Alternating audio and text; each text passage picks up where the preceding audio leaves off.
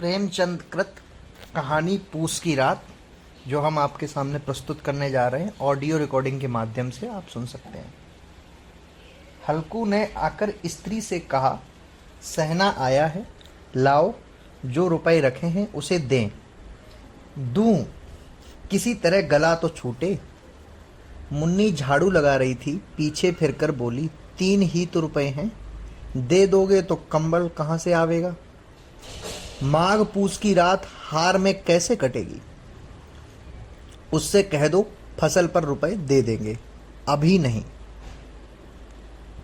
हल्कू एक क्षण अनिश्चित दशा में खड़ा रहा। पूस सिर पर आ गया।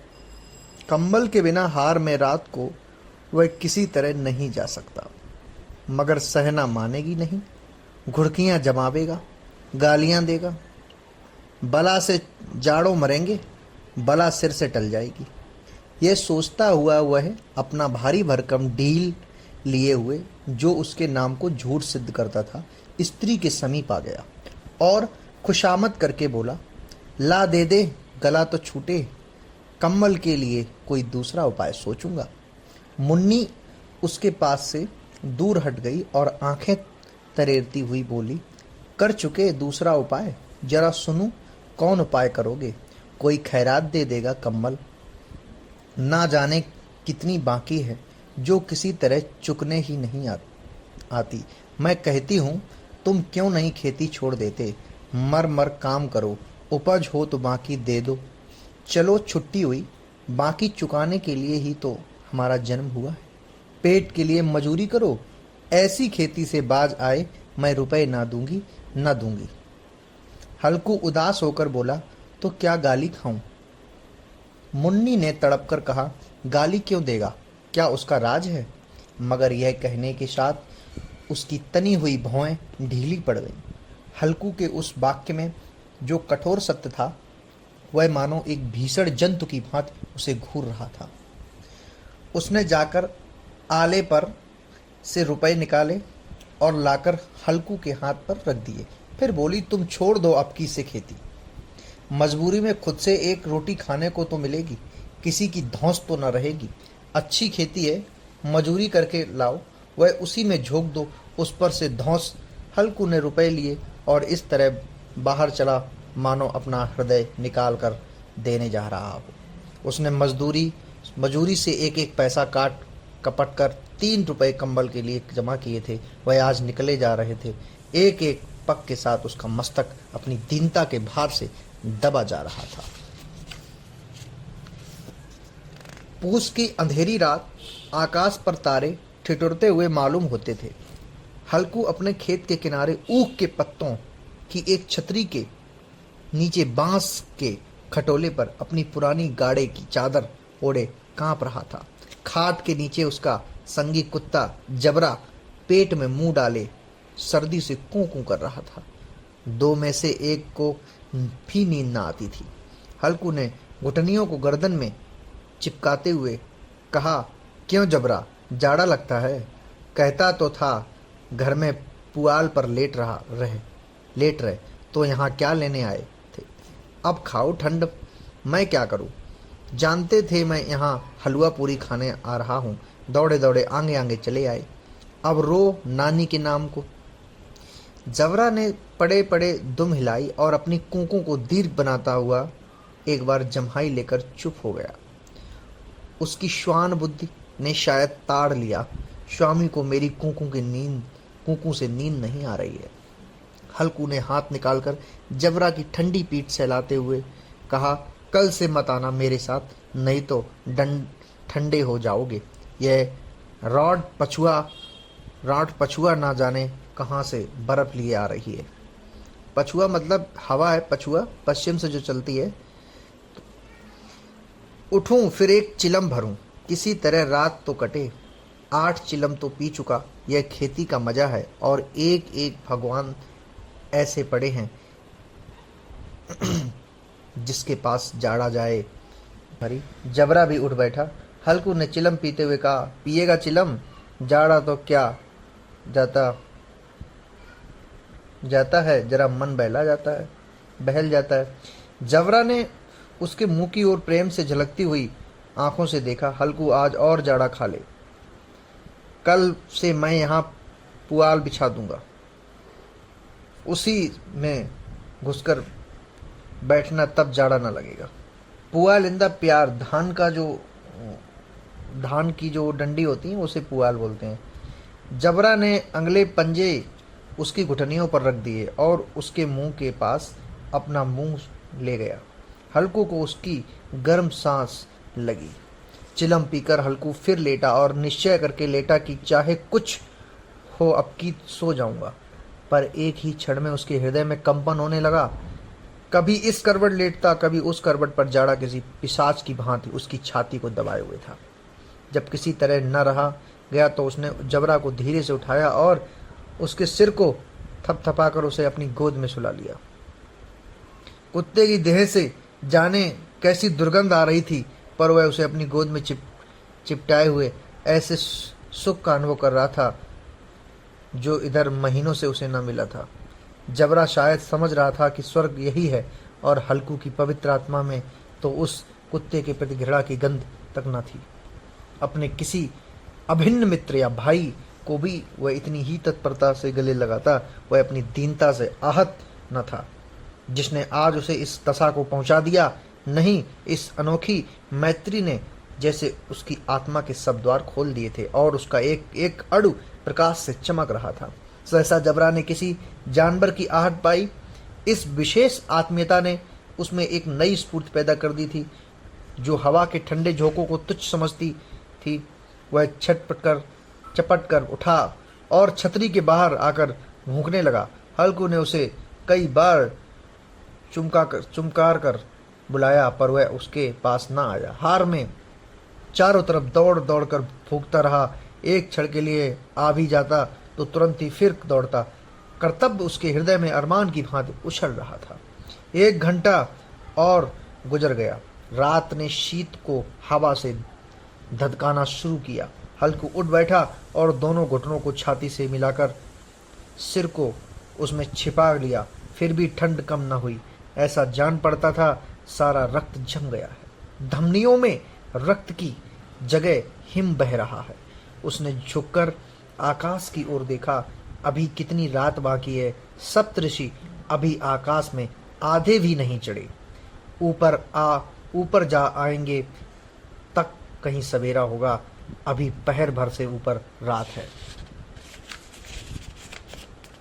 हल्कू के खेत से कोई एक गोली के टप्पे पर आमों का बाग था। पतझड़ शुरू हो गई थी। बाग में पत्तियों का ढेर लगा हुआ था। हल्कू ने सोचा चलकर पत्तियां बटोरूं और उन्हें जलाकर खूब तापूं। रात को कोई मुझे पत्तियां बटोरते देखे तो समझे कोई भूत है। कौन जाने कोई जानवर ही छिपा बैठा हो, मगर अब तो बैठे नहीं रहा जाता। उसने पास के अरहर के खेत में जाकर पौधे उखाड़ लिया और उनका एक झाड़ू बनाकर हाथ में सुलगता हुआ उपला लिए बगीचे की तरफ चला। जबरा ने उसे आते देखा तो पास आया और दुम हिलाने लगा। हल्कू ने कहा, अब तो नहीं रहा जाता जबरू, चलो बगीचे में पत्तियां बटोर कर तापें। टाँथे हो जाएंगे तो फिर आकर सोएंगे। ताते हो जाएंगे मतलब थोड़ा सा गर्मी मिल जाएगी शरीर को, तब आके सो जाएंगे। अभी तो रात बहुत है। जबरा ने कुंकू करके सहमति प्रकट की और आगे आगे बगीचे की ओर चला। बगीचे में खूब अंधेरा छाया हुआ था और अंधकार में निर्दय पवन पत्तियों को कुचलता हुआ चला जाता था। वृक्षों से ओस की बूंदें टप टप नीचे टपक रही थी। एकाएक एक झोंका मेहंदी के फूलों की खुशबू लिए हुए आया। हल्कू ने कहा, कैसी अच्छी महक आई जबरू, तुम्हारी नाक में भी सुगंध आ रही है। जबरा को कहीं जमीन पर एक हड्डी पड़ी मिल गई थी। उसे वह चिचोड़ रहा था। हल्कू ने आग जमीन पर रख दी और पत्तियां बटोरने लगा। जरा देर में पत्तियों का एक ढेर लग गया। हाथ ठिठुरे जाते थे, नंगे पांव गले जाते थे और वह पत्तियों का पहाड़ खड़ा कर रहा था। इसी अलाव में वह ठंड को जलाकर भस्म कर देगा। अलाव का मतलब होता है आग। थोड़ी देर में अलाव जल उठा। उसकी लौ ऊपर वाले वृक्ष की पत्तियों को छू छू कर भागने लगी। उस अस्थिर प्रकाश में बगीचे के विशाल वृक्ष ऐसे मालूम होते थे मानो उस अथाह अंधकार को अपने शिरों पर संभाले हुए को हो।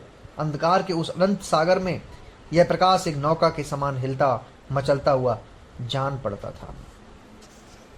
हल्कू अलाव के सामने बैठा आग ताप रहा था। एक क्षण में उसने दोहर उतारकर बगल में दबा ली और दोनों पांव फैला लिए मानो ठंड को ललकार रहा हो। तेरे जी में जो आए सो कर। ठंड की असीम शक्ति पर विजय पाकर वह विजय गर्भ को हृदय में छिपा न सकता था। उसने जबरा से कहा, क्यों जब्बर, आप ठंड नहीं लग रही है? जब्बर ने कूं कूं करके माँ ने कहा, अब क्या ठंड लगती ही रहेगी? पहले से यह उपाय न सूझा? नहीं, इतनी ठंड क्यों खाते? जबरा ने पूंछ हिलाई। अच्छा आओ इस अलाव को कूद कर पार करें, देखें कौन निकल जाता है। अगर जल गए बच्चा तो मैं दबा न करूंगा। जबरा ने उस अग्निराशि की ओर कातर नेत्रों से देखा। मुन्नी से कल न कह देना, नहीं तो लड़ाई करेगी। यह कहता हुआ वह उछला और अलाव के ऊपर से सांप निकल गया। पैरों में जरा लपट लगी पर वह कोई बात न थी। जबरा आग के गिर्द घूमकर उसके पास आ खड़ा हुआ। हल्कू ने कहा, चलो चलो, इसकी सही नहीं, ऊपर से कूद कर आओ। वह फिर कूदा और अलाव के इस पार आ गया। पत्तियां जल चुकी थीं। बगीचे में फिर अंधेरा छाया था। राख के नीचे कुछ कुछ आग बाकी थी जो हवा का झोंका आ जाने पर जरा जाग उठती थी, पर एक क्षण में फिर आंखें बंद कर लेती थीं। हल्कू ने फिर चादर ओढ़ ली और गर्म राख के पास बैठा हुआ एक गीत गुनगुनाने लगा। उसके बदन में गर्मी आ गई थी, पर ज्यों-ज्यों शीत बढ़ती जाती थी उसे आलस दबाए लेता था। जबरा जोर से भौंककर खेत की ओर भागा। हल्कू को ऐसा मालूम हुआ कि जानवरों का एक झुंड उसके खेत में आया है। शायद नीलगायों का झुंड था। उनके कूदने दौड़ने की आवाज़ें साफ कान में आ रही थीं। फिर ऐसा मालूम हुआ कि वह खेत में चर रही हैं। उनके चबाने की आवाज़ चरचर सुनाई देने लगी। उसने दिल में कहा, नहीं, जबरा के होते कोई जानवर खेत में नहीं आ सकता। नोच ही डाले, मुझे भ्रम हो रहा है। कहा, अब तो कुछ नहीं सुनाई देता। मुझे भी कैसा धोखा हुआ। उसने जोर से आवाज़ लगाई। जबरा जबरा जबरा भूखता रहा, उसके पास ना आया। फिर खेत के चरे जाने की आहट मिली। अब वह अपने को धोखा ना दे सका। उसने अपनी जगह से हिलना जहर लग रहा था। कैसा दंदाया हुआ था। इस जाड़े पाले में खेत में जाना, जानवरों के पीछे दौड़ना असूझ जान बैठ पड़ा। वह अपनी जगह से न हिला। उसने जोर से आवाज़ लगाई, लिहो लिहो लिहो। जबरा भूख उठा। जानवर खेत चर रहे थे। फसल तैयार है। कैसी अच्छी खेती थी, पर ये दुष्ट जानवर उसका सर्वनाश किए डालते हैं। हल्कू पक्का इरादा करके उठा और 2-3 कदम चला, पर एकाएक हवा का ऐसा ठंडा चुभने वाला बिच्छू के डंक का सा झोंका लगा कि वह फिर बुझते हुए अलाव के पास आ बैठा और राख को कुरेद कर अपनी ठंडी देह को गरमाने लगा। जबरा अपना गला फाड़े डालता था। नील गायें खेत का सफाया किए डालती थीं और हल्कू गर्म राख के पास शांत बैठा हुआ था। अकरमंडता ने रस्सियों की भांति उसे चारों तरफ से जकड़ रखा था। उसी राख के पास गर्म जमीन पर वह चादर ओढ़कर सो गया। सवेरे जब उसकी नींद खुली तब चारों तरफ धूप फैल गई थी और मुन्नी कह रही थी, क्या आज सोते ही रहोगे? तुम यहाँ आकर रम गए और उधर सारा खेत चौपट हो गया।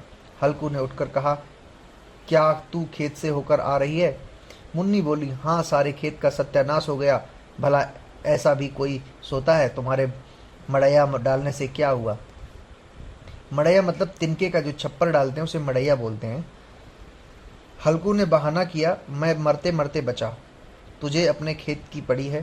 पेट में ऐसा दर्द हुआ कि मैं ही जानता हूँ। दोनों फिर खेत के डाढ़ पर आए। देखा सारा खेत रौंदा पड़ा हुआ है और जबरा मड़ैया के नीचे चित लेटा है, मानो प्राण ही ना हो। दोनों खेत की दशा देख रहे थे। मुन्नी के मुख पर उदासी छाई थी, पर हल्कू प्रसन्न था।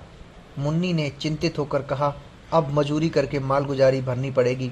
हल्कू ने प्रसन्न मुख से कहा, रात की ठंड में यहाँ सोना तो ना पड़ेगा।